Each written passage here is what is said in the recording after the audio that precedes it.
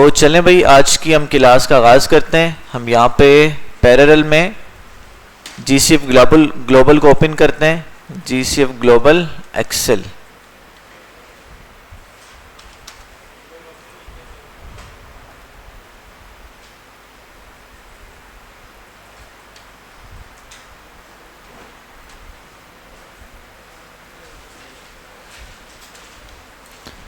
ठीक है भाई, तो एक्सेल हम पढ़ रहे थे, कल हमने आगाज किया था एक्सेल का। तो हमने बेसिक्स पढ़ ली, वन ड्राइव के बारे में हमें पता है, वर्कबुक कैसे क्रिएट करते हैं, कैसे ओपन करते हैं, ये भी हमने डिटेल में पढ़ लिया। और सेव और शेयर कैसे करते हैं ये भी हमने क्या कर लिया, पढ़ लिया। और हमने कल थोड़ी बहुत सेल की बेसिक्स भी पढ़ी थी, ऐसे ही है ना, सेल की बेसिक्स पढ़ी थी। आज हम पढ़ेंगे कैसे हमने मॉडिफाई करना है कॉलम को, रो को और सेल को। फिर हम पढ़ेंगे फॉर्मेटिंग सेल के बारे में। और फिर हाँ, आज हम ये दो टॉपिक कवर करेंगे, 5, 6, 7 को हम कवर करेंगे। ठीक है, एक्सेल ओपन करते हैं।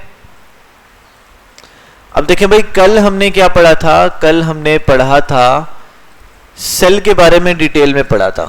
ठीक है, कल हमने जैसे सीरीज थी, जैसे मेरे पास 1 लिखा हुआ है, जैसे मेरे पास मंडे लिखा हुआ है, ठीक है, और फिर जैसे मेरे पास क्या लिखा हुआ है, जनवरी लिखा हुआ है, ठीक है, फिर मेरे पास लिखा हुआ है फर्स्ट, सेकंड, थर्ड, इस तरह से मेरे पास पोजीशन या रैंक मेरे पास लिखा हुआ है। ठीक है, और इसी तरह से मेरे पास अगर ऑड नंबर लिखे हुए या 2 नंबर के दरमियान एक डिफरेंस आ रहा है और अगला नंबर भी उस डिफरेंस के लिहाज से आए, तो ये हमने देखा था उस सीरीज को कैसे कंटिन्यू करना है। तो सीरीज को कंटिन्यू करने के लिए हम किस फंक्शन का इस्तेमाल करते हैं एक्सेल के, कौन बताएगा? हाँ भाई हीरो, तुम पीछे क्यों बैठे हुए हो यार, आगे बैठा करो, तुम नजर ही नहीं आते। अयान, तुम्हारी बात कर रहा हूं, बताओ। Cell entering, cell ender, cell ender, अच्छा फिल हैंडल, यार सॉरी माजरत है। तो फिल हैंडल का, वेरी गुड, क्या करेंगे हम, फिल हैंडल का इस्तेमाल करेंगे, जबरदस्त। अच्छा भाई आप बताएं बेटा, अगर मुझे नंबर की सीरीज को कंटिन्यू करवाना है तो फिल हैंडल कैसे अप्लाई होगा, फिल हैंडल को किस तरह से अप्लाई करूंगा?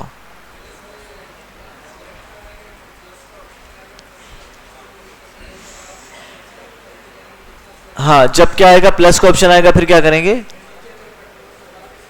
हाँ वेरी राइट भाई। देखें, अगर सिंगल सीरीज को, बेटा आप दोनों के साथ बहुत मसला है, आप दोनों को मैं क्लास से आउट कर दूंगा।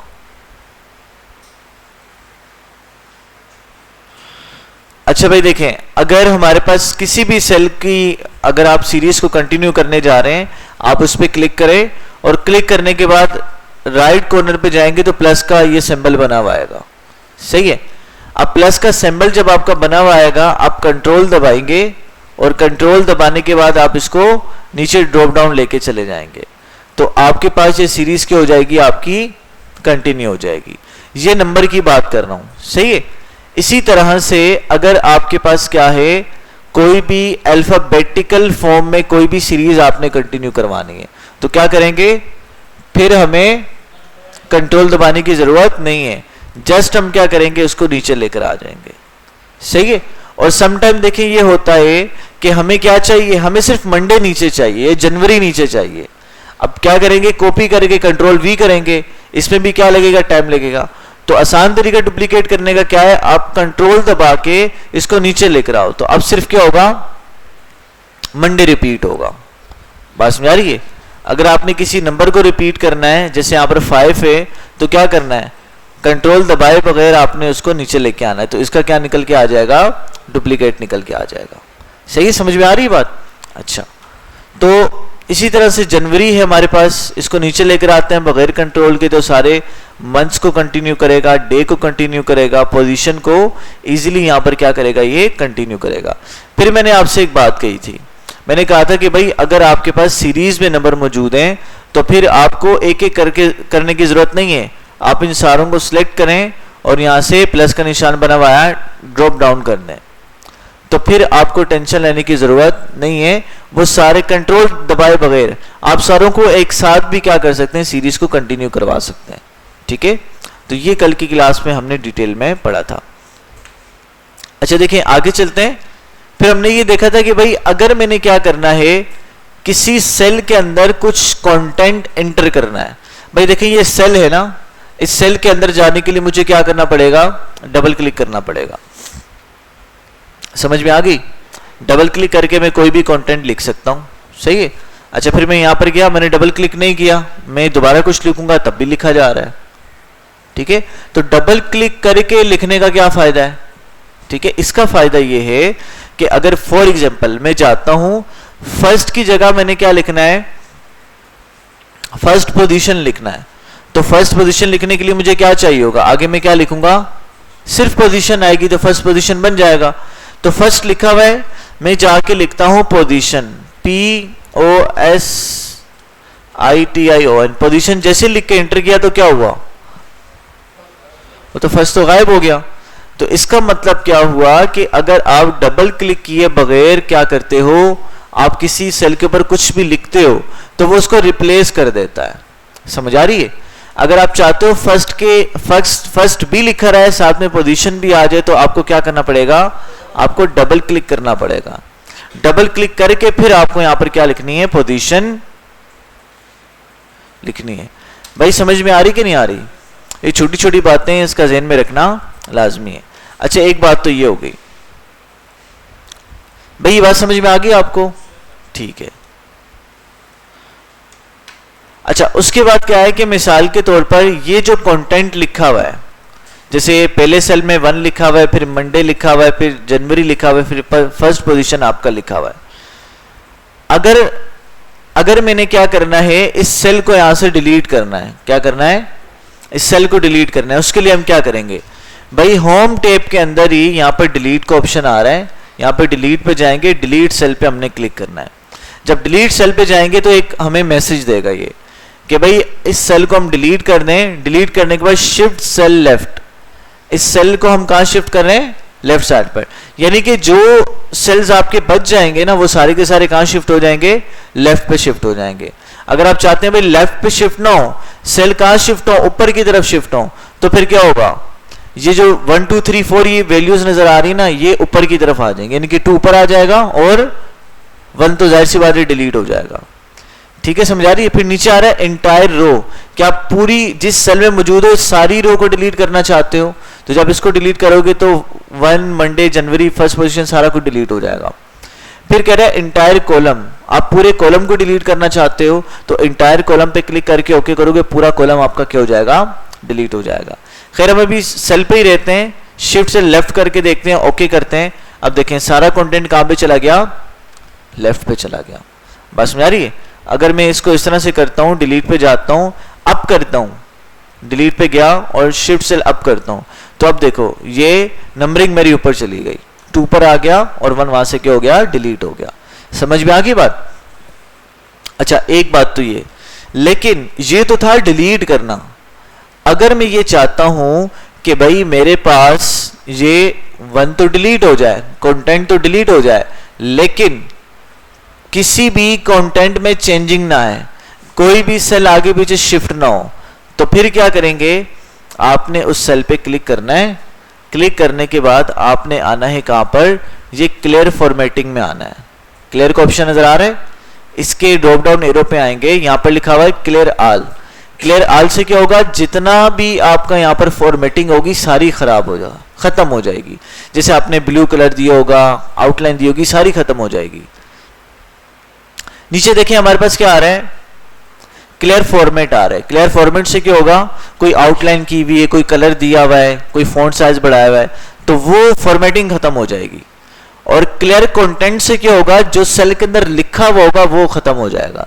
जैसे इस पे क्लिक करता हूं तो देखो 1 गायब हो गया, बाकी सारी चीजें अपनी जगह पर मौजूद है। ठीक है, एक तरीका ये कंटेंट को क्लियर करने का। दूसरा तरीका क्या है हमारे पास कि भाई उस सेल को आप सिलेक्ट करके रखें और कीबोर्ड पे बैक स्पेस का बटन आ रहा है वो दबा दें, तो तब भी आपका फॉर्मेट क्या हो जाएगा, क्लियर हो जाएगा। सही है, या कंटेंट आपका क्लियर हो जाएगा। तीसरा तरीका क्या है कि आप उस सेल को सिलेक्ट करें और कीबोर्ड पे डिलीट का बटन आ रहा है, डिलीट का बटन दबाएंगे तब भी क्या हो जाएगा, यहां से ये रिमूव हो जाएगा। ठीक है, समझ आ गई? तो ये तरीका है हमारे सेल से क्या करने का, कंटेंट को डिलीट करने का। अच्छा, दूसरी बात, कॉपी पेस्ट करना सीखा था हमने कल? कॉपी पेस्ट नहीं सीखा। अच्छा देखिए, सेल को कॉपी पेस्ट कैसे करते हैं, या सेल को, मल्टीपल सेल को, पहले तो देखें सिलेक्ट करना बेटा आना चाहिए। कल भी बताया था डबल क्लिक करके सिलेक्ट नहीं करना, अक्सर बच्चे डबल क्लिक करके सिलेक्ट करें तो गलत तरीका है। आप जस्ट एक दफा क्लिक करें और यहां से लेफ्ट क्लिक को होल्ड करके रखें, जितनी सिलेक्शन आपको चाहिए उतनी सिलेक्शन आप क्या कर सकते हैं, ले सकते हैं। जैसे जितना मैंने रेंज सेलेक्ट की, रेंज सेलेक्ट कर ली, रेंज सेलेक्ट करने के बाद मैं यहां से क्या करूंगा, इसको कंट्रोल सी से कॉपी करूंगा, या तो यहां से आके मैं इसको कॉपी कर लूंगा। ठीक है, और फिर कहीं पर भी मैंने लेके जाना है इसको, यहां से मैंने क्या करना है, पेस्ट कर देना है। ठीक है, तो ये क्या हो गया, पेस्ट हो गया। अब जितनी दफा पेस्ट करना चाहें कॉपी करके आप करवा सकते हैं, कोई मसला नहीं इसमें। अच्छा, दूसरी बात, अगर आपने अपने कंटेंट को मूव करवाना है तो आप कॉपी करें और उसके लिए क्या करना पड़ेगा, कट करना पड़ेगा। यहां से आप कट कर लें इसको, कट करने के बाद जहां पर भी आपने लेके जाना है आप इसको कंट्रोल वी करके पेस्ट कर लें। ठीक है, एक तरीका तो ये। दूसरा तरीका क्या है कि आप ये काम कर लें, आप अपने इसको सिलेक्ट करें अपनी रेंज को, और देखें इसमें क्या है कि आपको आइडिया नहीं होता कंट्रोल एक्स और कंट्रोल वी से कि मेरा डेटा कितनी जगह घेरेगा जिस जगह पे मैं लेके जा रहा हूं। तो अगर आप विजुअली लेके जाना चाह रहे हैं, मूव करवाना चाह रहे हैं, तो डेटा को कैसे करवाएंगे, जब आपने सिलेक्ट कर लिया, सिलेक्ट करने के बाद देखें यहां पर 4 एरो बने हुए आ रहे हैं। जब ये 4 एरोज बने हुए आएंगे तो आपने इसको इस तरह से ड्रैग एंड ड्रॉप करना है, जहां पर आपको समझ में आ रही है, जहां पर आपका दिल कर रहा है वहां पर लेके जाके आप इसको रख सकते हैं, सारा डेटा आपका वहां पर मूव हो जाएगा। ठीक है, एक तरीका तो आपका ये है। अच्छा, दूसरी बात देखें, फॉर एग्जांपल इसको मैं यहां से डिलीट करता हूं। अच्छा, यहां पे मैंने क्या करना है, सीरीज को कंटिन्यू करना है। मैंने यहां पर लिखा 2, टेप का बटन दबाया, कहां पे चला गया, अगले सेल में चला गया। ठीक है, फिर मैंने लिखा ट्यूसडे, फिर मैंने टेप का बटन दबाया, कहां चला गया, अगले सेल पे, यहां पे लिख दिया मैंने फरवरी, फिर टेप दबाया, अगले सेल पे चला गया, सेकंड पोजीशन।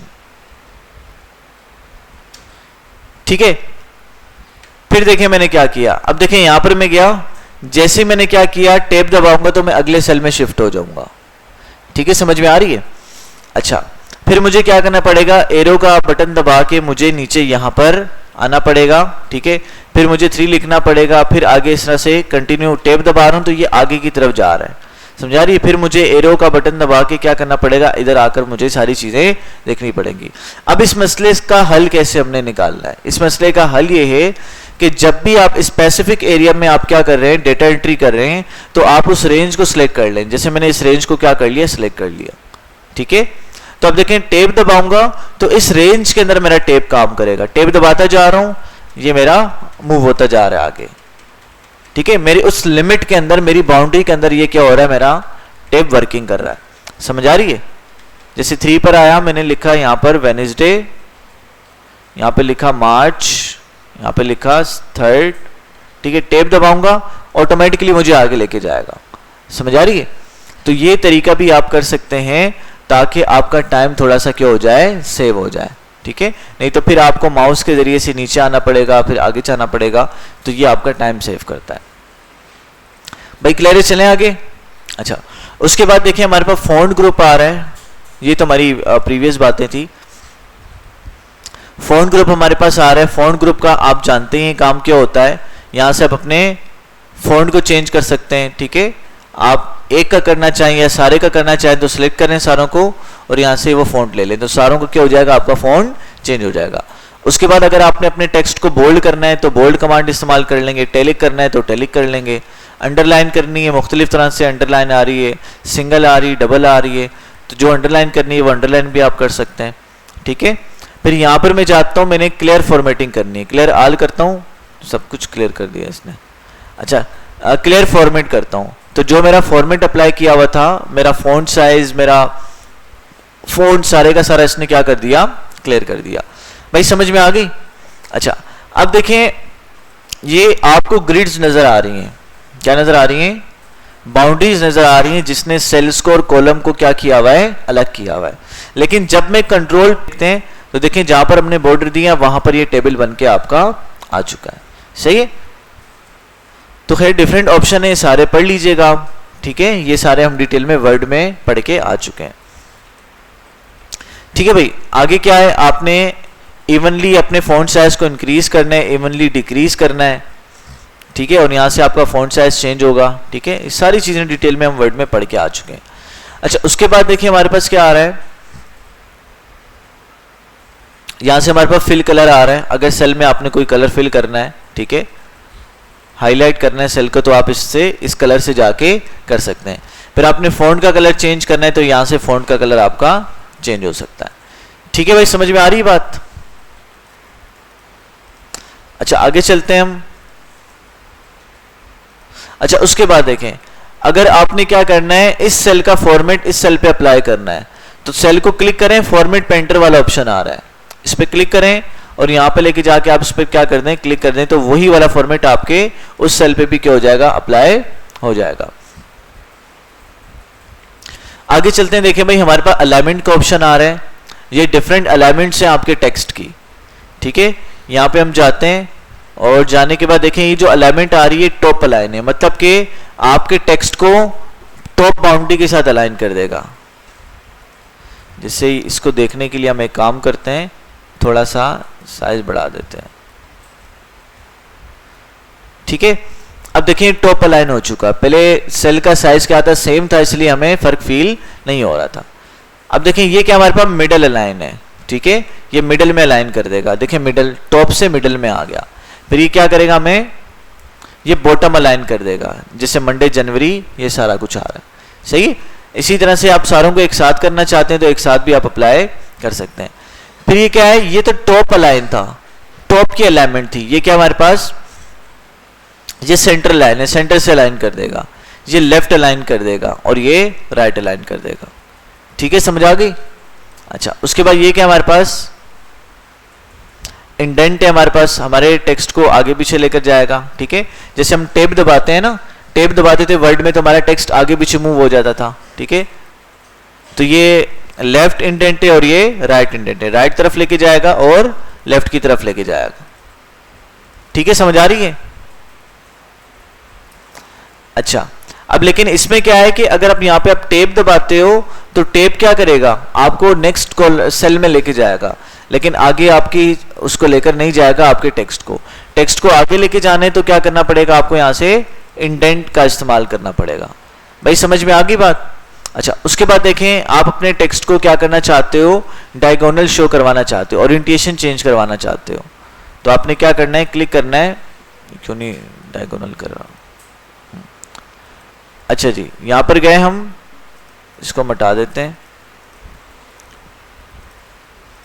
अक्सर आपने देखा होगा ना कि भाई डायगोनल वे में किसी एंगल के साथ टेक्स्ट लिखा हुआ होता है, तो आप यहां से आप कर सकते हैं जो भी आपको पोजीशन चाहिए। इस तरह से चाहिए, क्लॉकवाइज चाहिए, तो आपका टेक्स्ट देखें इस तरह से हो जाएगा।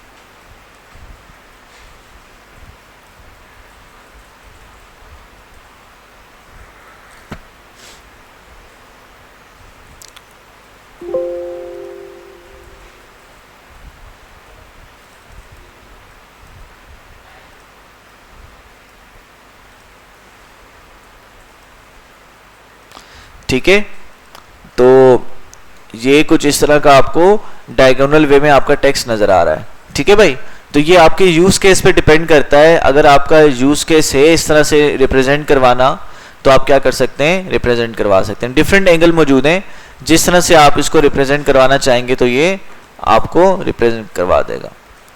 ठीक है भाई, समझ में आ गई। तो ये था हमारे पास ऑप्शन। फिर उसके बाद क्या है, ये हमारे पास राइट टू लेफ्ट टेक्स्ट की डायरेक्शन है। अगर आप उर्दू लिखना चाह रहे हैं तो क्या करेंगे, राइट टू लेफ्ट डायरेक्शन कर देंगे, तो फिर क्या करेगा, राइट से लेफ्ट की तरफ लिखेगा। ठीक है, जैसे अब यहां पर लिखते हैं तो ये क्या कर रहा है, लेफ्ट टू राइट लिख रहा है, और यहां से हम जाते हैं तो हम राइट टू लेफ्ट करते हैं। भी यहां से लिख रहा है, क्यों भाई, राइट टू लेफ्ट।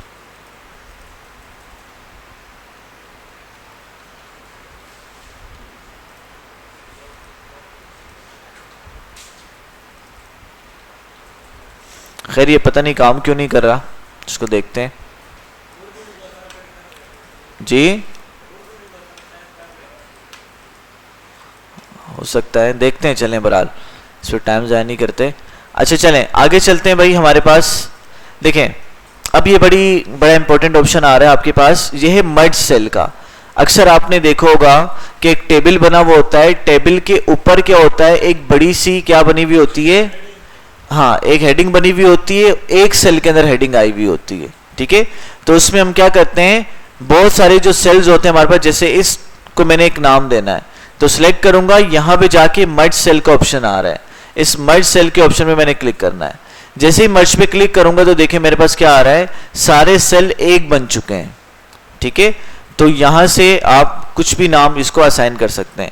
या दूसरा तरीका क्या है कि आप मर्ज करें, मर्ज ना भी करें और यहां पर आपने एक नाम दे दिया क्रिकेट,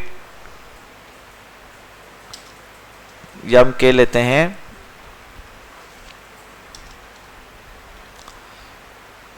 सेल्स डेटा, हम इसको नाम दे देते हैं सेल्स डेटा, ठीक है भाई। ये लेट से मैंने नाम दे दिया इसको, क्या हो गया भाई,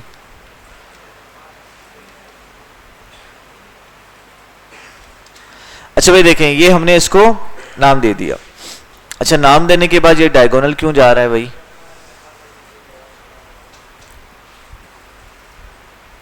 अच्छा अब देखें आप इस तरह भी कर सकते हैं। अब जैसे आप इसको सिलेक्ट करके मर्ज करेंगे ना, तो जो पहले सेल में कंटेंट लिखा होगा उसको सारे सेल्स में फैला देगा ये, ठीक है। अगर दूसरे में कुछ लिखा होगा उसको मिटा देगा, तीसरे वाले को भी मिटा देगा, सिर्फ पहले सेल को क्या करेगा, उसके टेक्स्ट को कंसीडर करेगा। जैसे हम यहाँ पे देख भी लेते हैं, यहाँ पे कुछ लिखते हैं हम, ठीक है, और यहां से हम इसको मर्ज करते हैं। मर्ज के देखें यहां पर क्लिक करेंगे तो हमें क्या लिखा हुआ आ रहा है, हमें 3-4 ऑप्शन दे रहा है।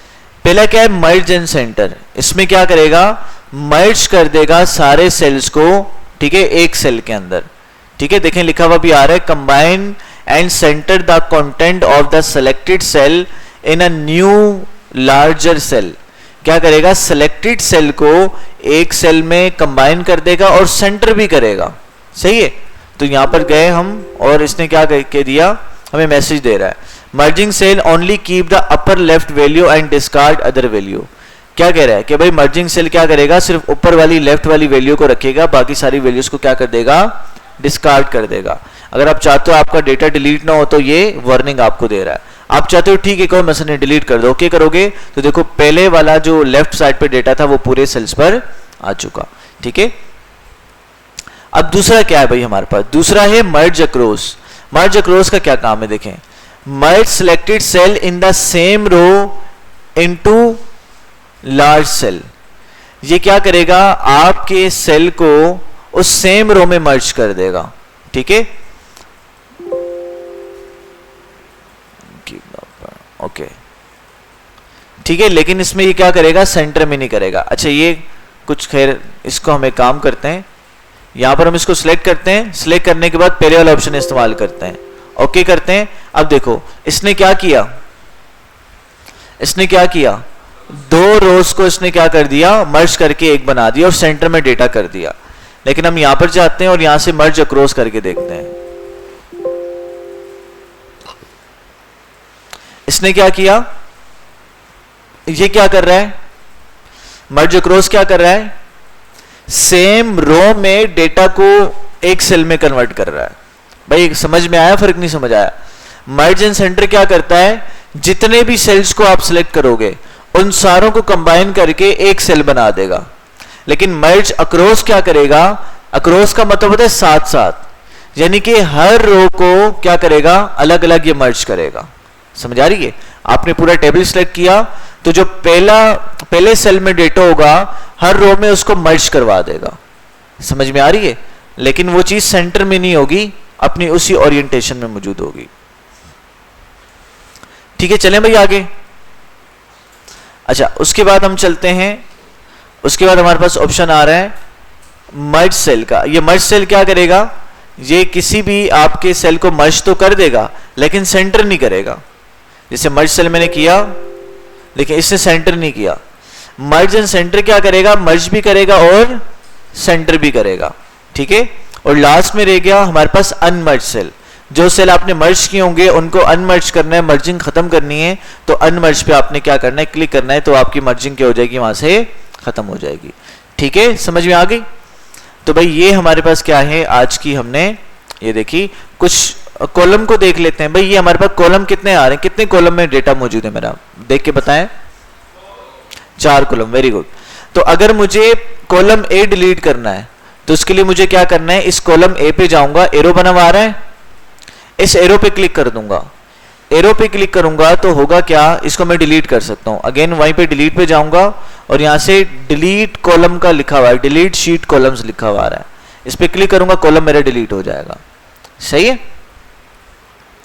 अच्छा, उसके बाद देखिए मेरे पास अगर मैंने रो को डिलीट करना है, ये रोज आ रही, जिस रो को डिलीट करना है उस पर मैं क्लिक करूंगा और यहां पे मैं जाऊंगा डिलीट पर, डिलीट रो लिखा हुआ आ रहा है, डिलीट रो करूंगा, देखो वो रो डिलीट हो गई और मेरा जितना भी कंटेंट था ऊपर शिफ्ट हो गया।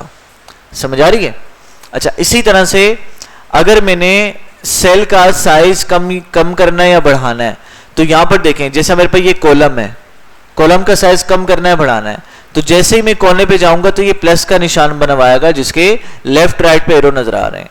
अब इसको आप लेफ्ट क्लिक को होल्ड करके आप क्या कर सकते हो, आप इसके सेल की विड्थ को कम या ज्यादा आप अपने लिहाज से आप कर सकते हो, ठीक है। समझ में आ गई। अच्छा, आगे चलते हैं। उसके बाद क्या करना है भाई, ये भी कर लिया। उसके बाद हमारे पास फॉर्मेट में आ जाते हैं। रो की हाइट बढ़ानी, ये तो मैंने आपको डायरेक्ट बता दिया ना। अब जैसे हाइट बढ़ानी रो की, देखें यहां से आप डायरेक्ट हाइट बढ़ा सकते हो, ठीक है। रो की विड्थ बढ़ानी, यहां से आप रो की विड्थ बढ़ा सकते हो, ठीक है। ये तो हमारे पास था मैनुअल तरीका था। लेकिन अगर आप यहां पर आते हो फॉर्मेट वाले में, तो यहां से रो हाइट यहां से आप बढ़ा सकते हो, जितनी भी आपने देनी है, 20 देनी है आपने 20 कर दी, जो भी आपने देना है यहां से आप दे सकते हो, ठीक है। Auto fit row height, auto fit का मतलब क्या है भाई, ऑटो फिट का मतलब ये है कि अगर आप क्या करते हो, इसको सिलेक्ट करते हो अपने डेटा को और आप ये कहते हो कि भाई सेल्स डेटा ने कितनी जगह घेरी है, इतनी जगह घेरी है, लेकिन ये इतनी जगह पे मौजूद है, ऑटो फिट हो जाए जितना कंटेंट है कंटेंट के लिहाज से, तो आप फॉर्मेट में जाओगे और यहां से ऑटो फिट हाइट कर दोगे, तो हाइट क्या हो जाएगी, जितना कंटेंट ने हाइट घेरी हुई है उसके लिहाज से क्या हो जाएगी, एडजस्ट हो जाएगी। जैसे यहां पर देखें मैं हाइट बढ़ा दी ना, अब कितना अजीब लग रहा है। अब एक तो ये कि मैं मैनुअली करूं, मैनुअली हो सकता है कुछ कम ज्यादा हो जाए, एक साइज कम हो एक दूसरे का ज्यादा हो, ठीक है। तो यहां से आप जाएंगे ऑटो फिट कर देंगे, ऑटो फिट करेंगे तो ऑटोमेटिकली सारी रोज का साइज हाइट को क्या कर देगा, सेम कर देगा, ठीक है। समझ में आ रही है भाई। अच्छा, आगे चलते हैं। उसके बाद कॉलम की विड्थ आपने क्या करनी है, चेंज करनी है। यहां से आप जो भी नंबर दोगे उस लिहाज से कॉलम की विड्थ आपकी हो जाएगी, सही है। अच्छा, एक को सिलेक्ट करोगे एक की होगी, सारों को सिलेक्ट करोगे सारों की होगी। पूरी शीट के कॉलम को चेंज करना है रो हाइट को, तो यहां पे क्लिक करोगे तो पूरी शीट आपकी सिलेक्ट हो जाएगी। समझ आ रही है। अच्छा, आगे चलते हैं। उसके बाद देखिए हमारे पास दोबारा फॉर्मेट में जाते हैं। ऑटो फिट कॉलम विड्थ करना है तो ऑटो फिट पे क्लिक करेंगे तो क्या हो जाएगा, ऑटो फिट आपके कॉलम हो जाएंगे, सही है। अच्छा, उसके बाद आगे चलते हैं। हमारे फॉर्मेट में और क्या रह गया है, डिफॉल्ट विड्थ जो होती है उस पर रखना चाहते हैं, कर दें। रीनेम शीट इसको छोड़ दें, मूव और कॉपी शीट ये हम देख चुके हैं, वहां पे टेप कलर, ठीक है। ये वही शीट का ऑप्शन आ रहा है कि भाई शीट का नाम चेंज करना चाहते हो, शीट को मूव करवाना चाहते हो, टेप कलर चेंज करना चाहते हो, ठीक है। ये वही सारे ऑप्शन आ रहे हैं जो कि हमने यहाँ पर पढ़ लिए थे, ठीक है। आगे चलते हैं हम जी, ये बाद में पढ़ेंगे, एडवांस ऑप्शन है। यहां तक समझ में आ गई बात आप लोगों को। अच्छा, एक तो तरीका मैंने आपको बता दिया कि आप यहां से ऑटो फिट करवा लें। दूसरा तरीका क्या है भाई, दूसरा आसान तरीका ये कि आप सिलेक्ट करें, सिलेक्ट करने के बाद यहां पर किसी भी कॉलम के यहां पर आ जाएं आप, ठीक है, कोने पे आ जाएं और वहां पे डबल क्लिक कर दें। जैसे डबल क्लिक करेंगे auto fit row and height कर देगा, ठीक है। समझ में आ गई। क्या करना है, किसी भी कॉलम के आपने कॉर्नर पे आना है, जब ये प्लस का साइन नजर आए वहां पर आके आपने डबल क्लिक करना है। डबल क्लिक करेंगे तो ऑटोमेटिकली क्या कर देगा, आपकी कॉलम्स की अब विड्थ को क्या कर देगा, ये फिट कर देगा। ठीक है, आपको किसी लंबे ऑप्शन की तरफ जाने की जरूरत नहीं है। अच्छा, अब यहां पर हम एक काम करते हैं, इसको सिलेक्ट करते हैं और हम देखते हैं क्या शीट को भी करता है ये। देखें, अब ये विड्थ को इसने ऑटो फिट कर दिया। हाइट को ऑटो फिट करवाने तो हाइट, दो सेल्स की हाइट के दरमियान आएंगे हम। ठीक है, और यहां पर डबल क्लिक करेंगे तो देखें हाइट को इसने क्या करवा दिया, ऑटो फिट करवा दिया। ठीक है, समझ में आ गई। अच्छा, एक बात तो ये, दूसरी बात ये है कि मैं ये चाहता हूं कि भाई देखें यहां पर सेल्स डेटा लिखा मैंने ऑफ जनवरी 2024, बस ये आखिरी चीज देख लें। अब देखें क्या हो रहा है मेरे पास।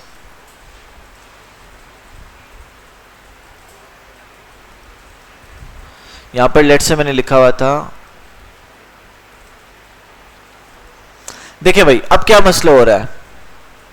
अब मसला ये हो रहा है कि भाई मैंने सेल्स डेटा ऑफ जनवरी, अगर मैं इस पर क्लिक करके बताऊं इसमें क्या है, सेल्स में क्या मौजूद है, सेल्स डेटा ऑफ जनवरी 2024 मौजूद है। लेकिन मेरे सेल की चूंकि विड्थ कम थी तो हुआ क्या, क्या हुआ भाई, बाकी टेक्स्ट हाइड हो गया, छुप गया। अब इसका क्या हल है कि भाई जितना मैं लिखता चला जा रहा हूं वो टेक्स्ट मुझे विजिबल हो। इससे हम क्या करेंगे, इसमें हम रैप टेक्स्ट का इस्तेमाल करेंगे। भाई रैपर होता है ना, रैपर टॉफी को क्या करता है, हाँ भाई खुबैब, रैपर टॉफी को क्या करता है, हाँ क्या करता है, सेफ्टी के लिए पैक करके रखता है। ठीक है, ऐसा तो नहीं होता ना रैपर चढ़ा हुआ आधी आपको वो टॉफी नजर आ रही है आधी नजर नहीं आ रही, पूरी पैक हुई भी होती है। यही काम रैप टेक्स्ट का ऑप्शन भी करता है। आप इस पर क्लिक करेंगे तो देखें वो आपके टेक्स्ट को कॉलम की विड्थ के लिहाज से क्या करेगा, रैप करवा देगा, टेक्स्ट को उस पूरी विड्थ पर रैप करवा देगा। एक तरीका ये था, रैप टेक्स्ट कर लो या तो आपको यहां से चेंज करनी पड़ती इसकी हाइट। ठीक है, समझ आ रही है। जब विड्थ में हमारे पास शीट कम हो, जगह कम हो, तो हम क्या करते हैं, रैप टेक्स्ट का इस्तेमाल करते हैं। इससे क्या होता है, डेटा ऑटोमेटिकली आपका उस विड्थ के लिहाज से एडजस्ट हो जाता है। ठीक है भाई, समझ में आ गई। तो अभी मैं आपको एक्सरसाइज देता हूं, आप इसकी प्रैक्टिस करें। कोई भी समझ नहीं आ रही पूछें।